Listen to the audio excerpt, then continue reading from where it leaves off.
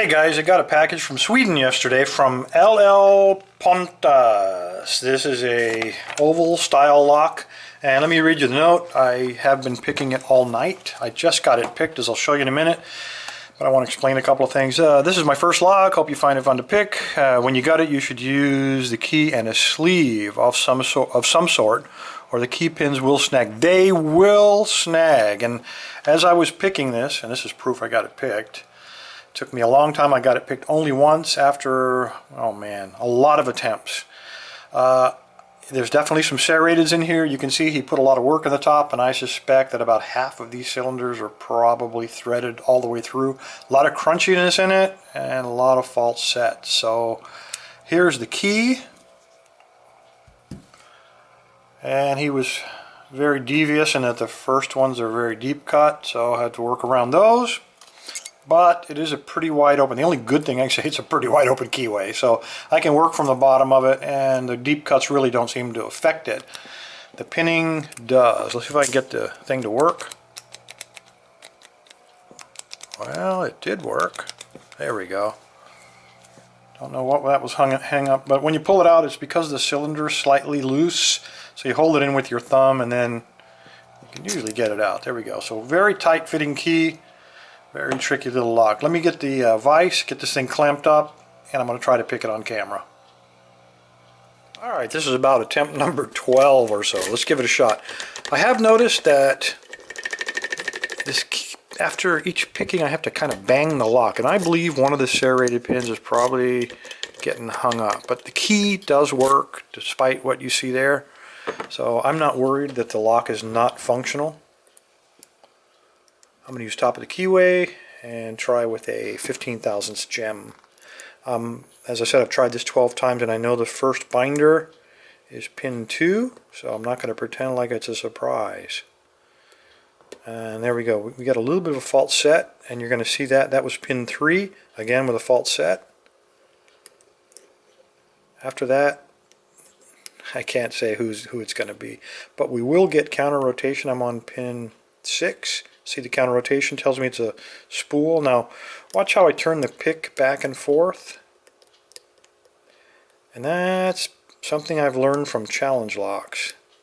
If both the pin and the chamber are serrated, sometimes, there you go, sometimes going back and forth like that can kind of work him up, as long as there's not too much tension. Okay, I'm on pin 3. I'm going to try the same thing. And he feel like he went home too.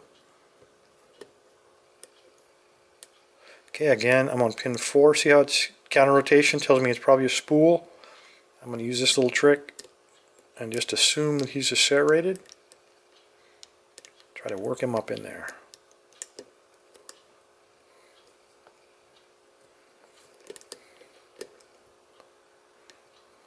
Pin 4 again. I didn't get him set. Come on. There we go. So again, watch your tension on locks like these. Anything with serrated pins and serrated chambers, if you have too much tension, you're going to seize it. And once that happens, forget about it. I'm on pin 7. Counter rotation. Alright, he went up, but I lost my false set. There we go. It was pin 5.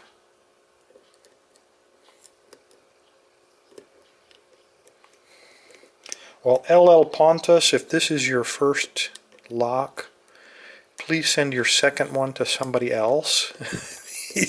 I've got a lot of hours on this, and I've got only one successful opening. So this is a heck of a first effort, I'll say that. Okay, that was pin 4. I had a little click on him, and he's now giving me counter rotation. So try to work him in place.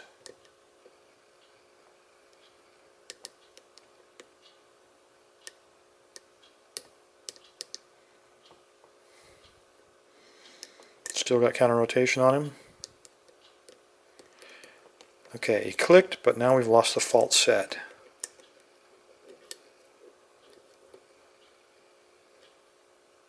Pin 2. There we go, we got it back. Pin 2 again.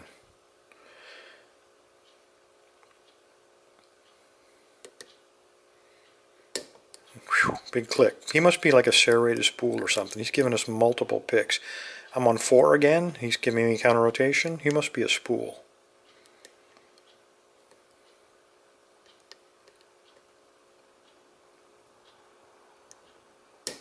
Okay, we got it. Nice click on him, but again, he's probably a spool with very sharp edges.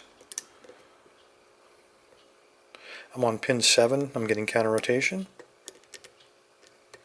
Got a tiny click on him. Got a tiny click on 3 there. Just a very slight turn on the core. Okay, I think that's pin 1. Okay, we got a very deep fault set now.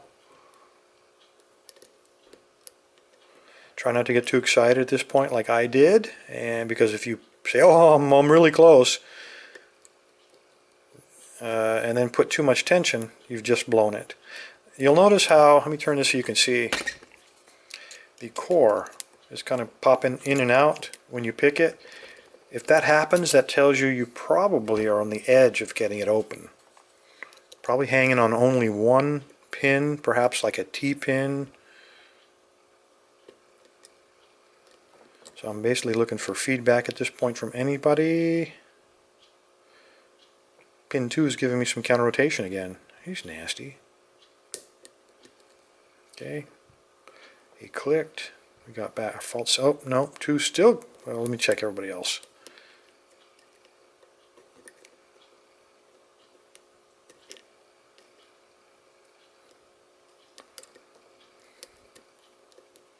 Only pin 2 is giving me any kind of feedback. So let's go ahead and try to work him in. Come on. I'm going to try to go from this ledge. And there we go. Alright, pin 2, nasty. Let's take a look, see what he is. Oh man, I'm glad to get this open on camera. So even though it's at 5.5 minutes, I'm not going to hang it up here. Okay, let's figure out how to get this open. Let's see if this will work. I'm going to be somewhat destructive here because, first of all, I don't have the tool to get that particular pin open. And secondly, we've already wasted enough time. Maybe I won't be destructive.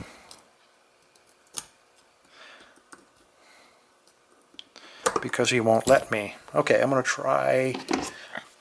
I should have checked this beforehand, but okay, we do have a key, so it doesn't matter if I screw this up.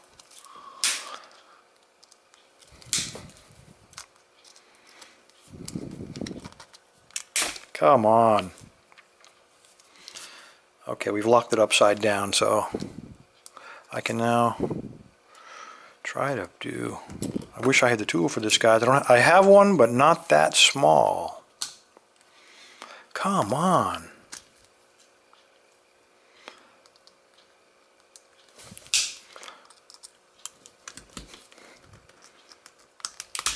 This is almost as hard as picking the lock. This is definitely not working. Let's try that. Now that we've turned him, maybe I can get the... There we go.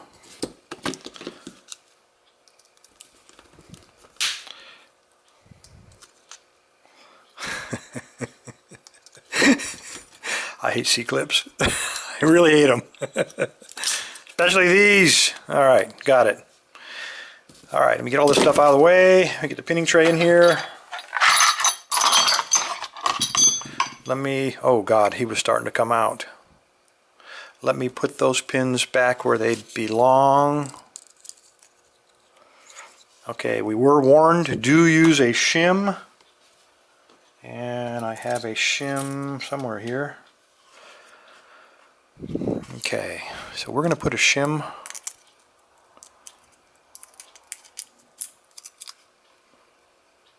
Hopefully.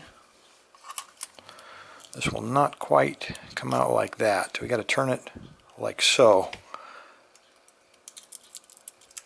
Cover up the gap. Get a decent sized follower like this one. Nope.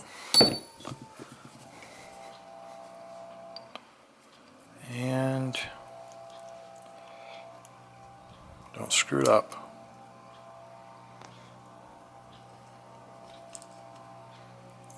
Crap. Crap, this couldn't be sloppier.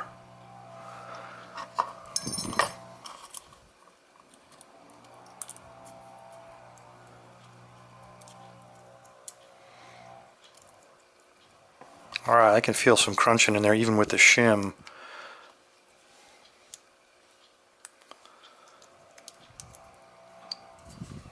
Let's try this end. Yeah, we're getting hung up, guys, on something. We are definitely caught up in the slot. Alright. I'm cursed. This lock is cursed. I'm just gonna... Yeah, we're hooked. We're screwed here.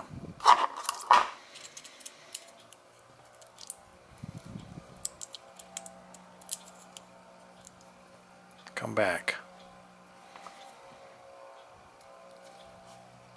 Alright guys, I'm going to have to find a way to gut this off camera. I apologize for this, but I don't want to keep fumbling around.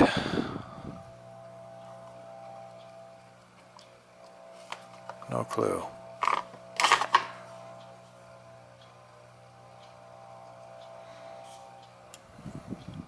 It feels like it's got him shimmed, but he doesn't want to come back.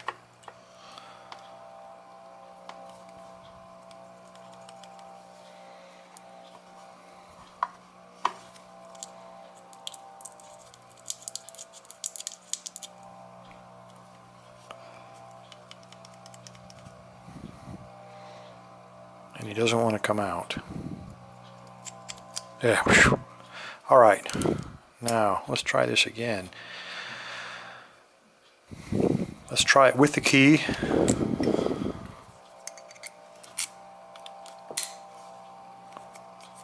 There we go. Now let's slide the shim here.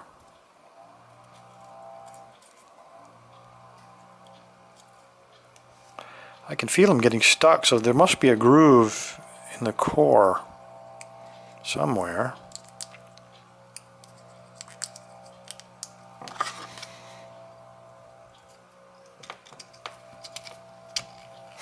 Thank goodness. Oh my God, look at this, guys. Alright. We have 7 pins, and I don't know if you can see this, but we have some pin-in pins here on 3 of them. On number 2, number 4, and number 5, they're pin in pin, and the core's been drilled out just a little bit. Now I think I know why we were getting caught up. Okay, so there's the first one. The second one is the pin in pin, particularly ugly. Standard. Pin in pin. Come on, come on.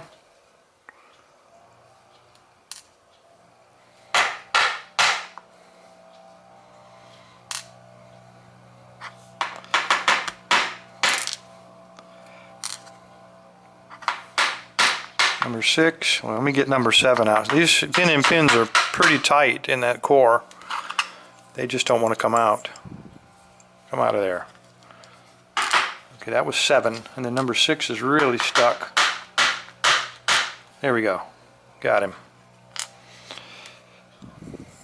Alright, there's what the core looks like. A lot of work has been done on this thing. You can see that. None of these are threaded, thank goodness, but I could have swore they were. Alright, let's take a look at the uppers. Now, who knows what's going to spring out of this thing. I have my safety goggles on. Okay, we have a Christmas tree. It's Christmas season, why not?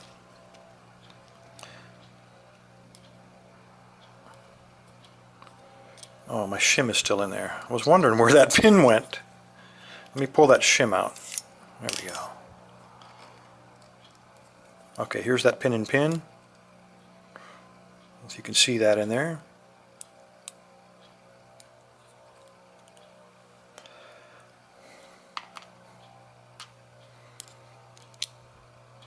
Another Christmas season pin. Next one, another pin and pin. You can see the little part of the pin popping up there, I think. Get a flashlight in here. You can see them just sticking up there.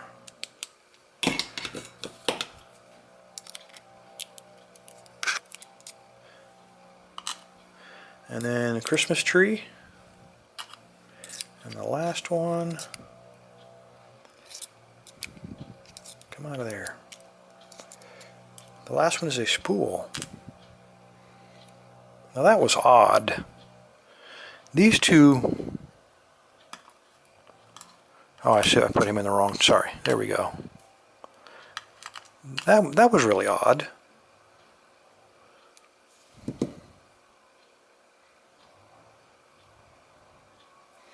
We're missing a pin here, guys, somewhere. There's a pin missing. It's from number 7. There's no pin.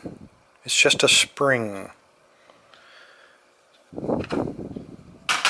Nothing in there, nothing in the body of the lock. It's just a spring. How devious is that? Alright, so let's take a look at what we got here. I don't know if this is threaded. Let me take a look real quick. We've already screwed up this cutting so bad, but when you get challenge locks, you never know. Okay, I don't see any threading inside of there. Otherwise, this truly would have been impossible. I'm a little concerned about that missing pin. But here's what we're looking at. On the bottom, we have, at least the normal ones were all standards. And then we had 3 pin-in pins. So it's almost like a... It's almost like a multi-lock. So pin and pin, and the pin and pin, it looked like it was with the spool. I pulled them out of chamber number 6, and then on the this is a spool pin and pin. So this almost assuredly came out of a multi-lock. On the top we have all Christmas trees except for the pin and pins, and these are standard. We have a spool pin and pin, and that's it. That one really bothers me. That was tricky. Anyway, thanks for your time. Stay safe, stay legal. LL Pontus, if you come up with version 2 of this lock, send it to somebody else. Thanks, guys.